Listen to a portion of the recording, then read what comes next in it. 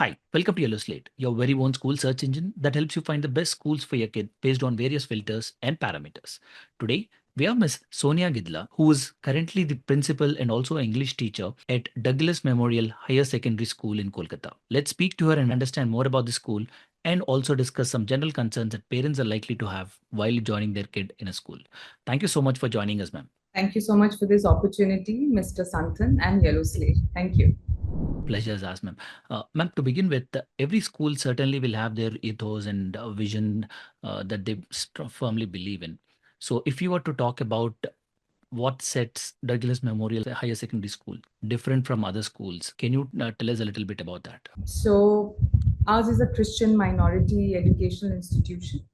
It was founded by Reverend Dr. G.V. Prasada Rao, who was just not an educator, but he was a great philanthropist during his time and a social activist.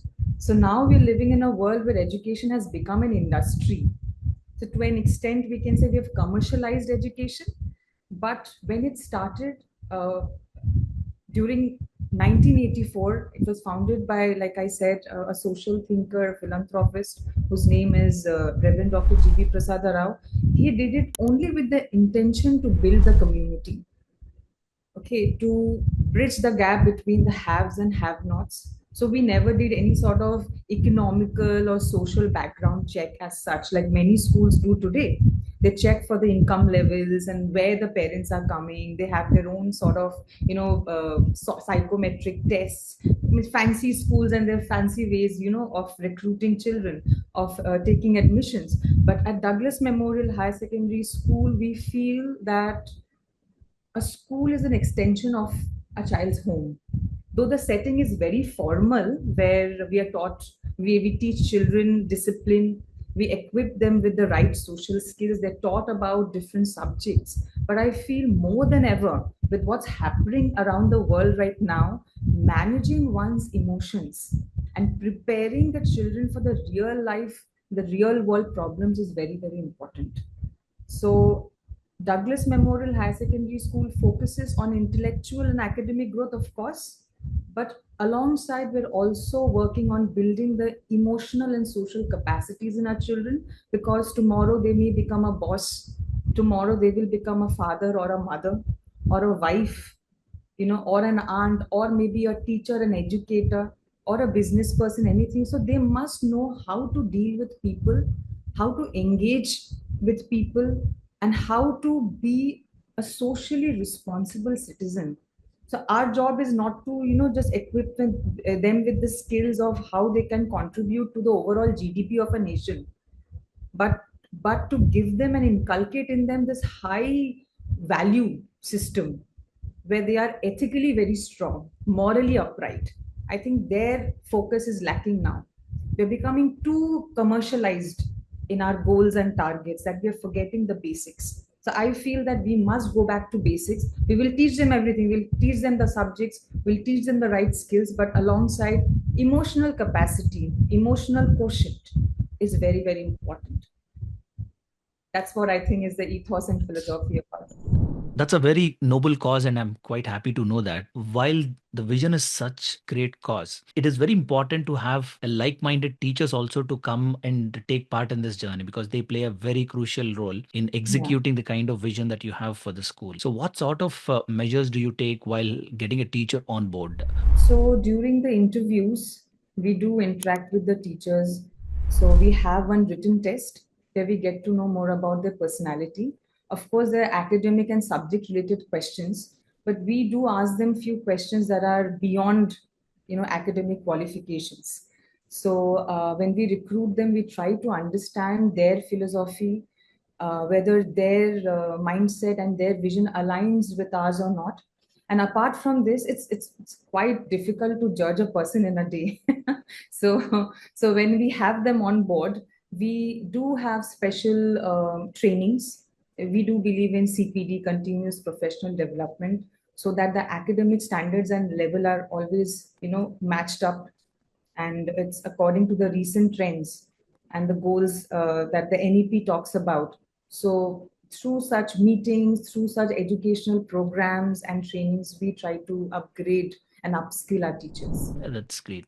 And the other very important aspect is the kind of environment that you create in the school, because sometimes infrastructure can only help you to some extent, but to build that culture in the entire school, there are some organic initiatives that you have to take for that vision to come into place. So, can you tell us more about a typical day of a kid in your school and how it aligns with the kind of vision that you have for the school? As soon as a child enters into our school, obviously they step into the classroom, but right after that we bring them to the ground or maybe to the church. We also run something called the Douglas Church and Ministries, which was again started by the founder, Reverend Dr. G.V. Prasada Rao. So he was an evangelist also. So either they're in the church or maybe on the field, and we start our day with morning assembly. Morning assembly, I feel, is one of the key components of character building. So when they are standing in a line, we teach them about patience. We teach them about how to take turn. You know, we teach them about values. We teach them about honesty. We teach them that every day should begin by praising and thanking the Lord.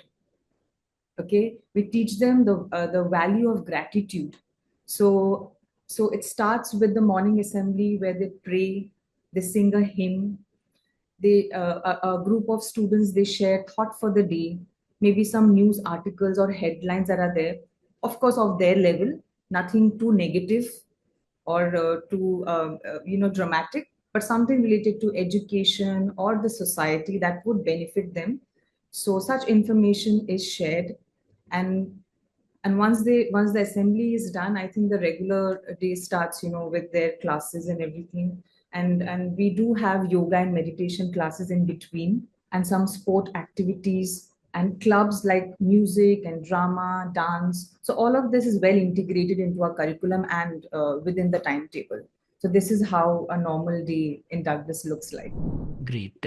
And one of the concerns that a lot of millennial parents have is schools don't integrate well with the new age career options in the industry. And if you were to tell how you at your school are handling this particular concern, what would you tell?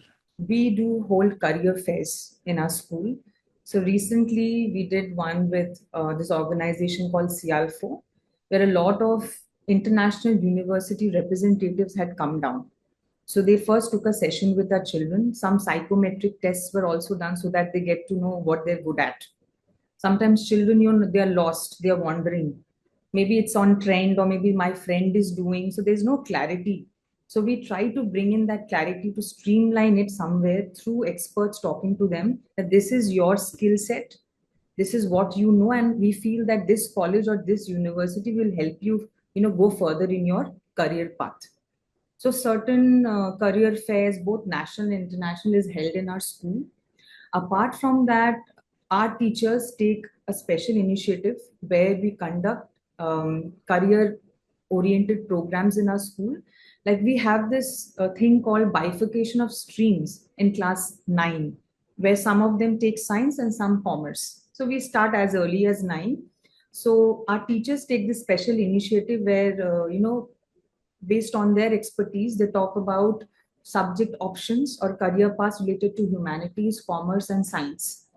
So, what are the qualifications that they must have, their skill sets, which universities can they approach, and what are the careers that are available in the market currently.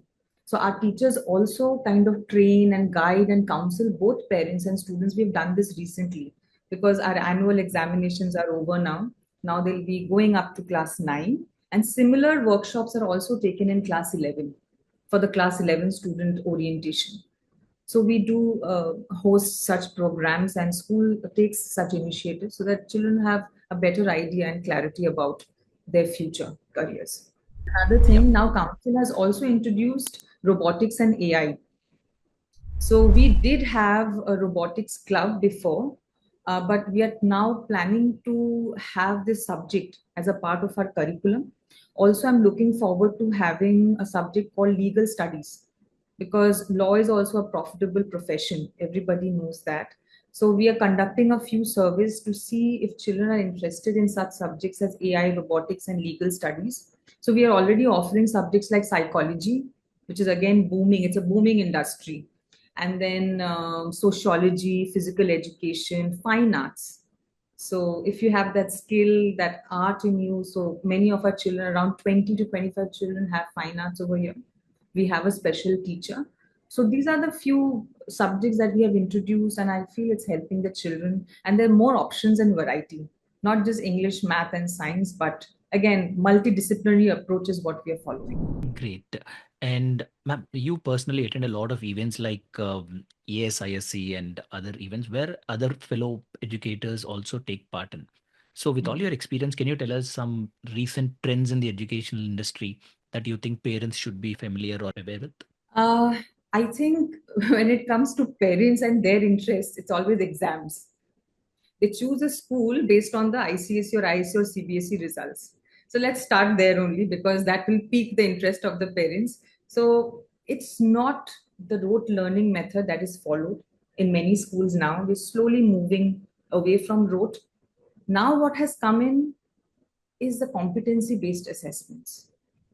So we joined hands with a third party organization called the EI, Educational Initiatives, that creates such questions, like in the form of MCQs that will make the children think actively, make them scratch their head. Oh my God, I wasn't taught like this. I wasn't, my teachers did not make me think like this before. What is new is the same concepts, is the same topics, is the same chapters, but now the way it has been framed and the kind of options that are given as distractors, it boggles the mind.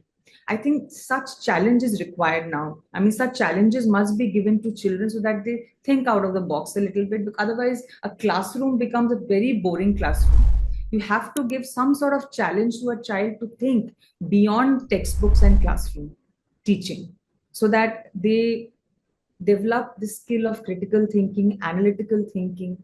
So a lot of logical, reasoning-based questions are given, application-based questions, competency-based questions are given by this organization called EI. And I think the students have learned, how to think actively and just not depend on rote. So competency-based assessment is a big trend, I feel now, and it's a good trend.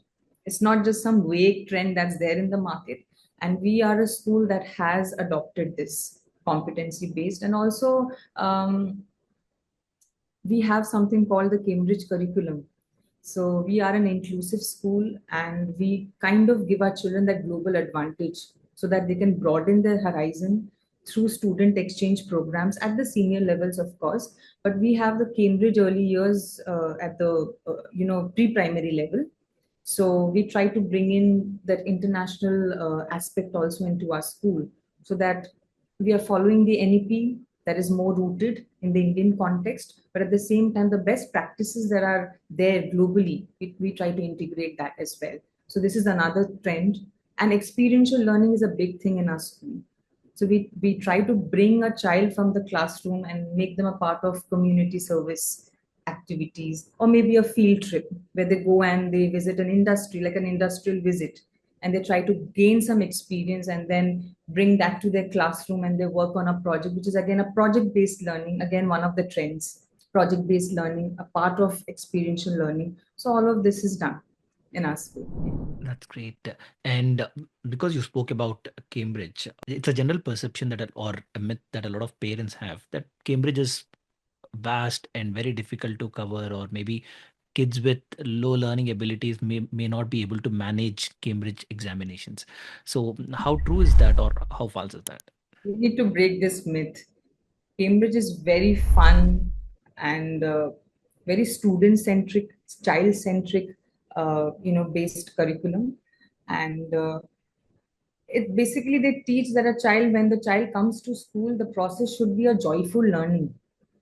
So they will not you teach a child to first hold the pencil and start writing, which we do here in India. Parents are obsessed with writing.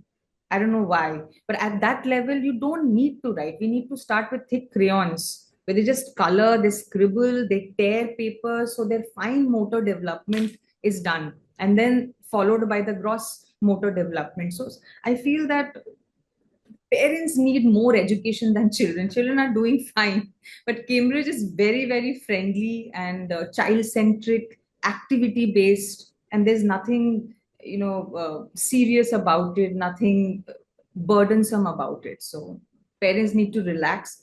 It's really good, and it's an internationally recognized curriculum. How can we even question that? Great. And before we wind up, ma'am, can you tell us the admission process in your school? Is there any criteria or prerequisite that a parent or kid has to follow to get we, the admission? we don't like saying no to any child. Okay, every child is unique in his or her own way. God has created the child, how can we even question? So the only thing they have to do is come into the school, talk to the office personnel, pick up that form and fill out the information. And the compulsory criteria here is the admission test. They'll have to qualify that. And why we keep that admission test? To know that if the child qualifies for that particular class, or we suggest another class, a class below that. Okay, that's the only thing. I feel that every child is blessed with his or her own skill sets, with his or her own values. So we don't like saying no to any child, but we like to give the right guidance and direction. So yeah, and they can also approach us through the website if they feel like they want to fill out the form online. So we have our website www.dmhss.org, and all the information is given over there. And I think it's pretty much self-explanatory, and that will help them. Otherwise, they can always call us. The numbers are there. I am sure that you're going to highlight that number. Yes, yes. From yes, and they can always come to our school, talk to me, or talk to anybody else, the admission officer, and get their doubts clarified. Great. Thank you so much for your time, ma'am. It's a pleasure talking to you, and I hope some of our conversation pieces would be some help for other parents also. Thank you so much, Mr. Santhan. Thank you for your time.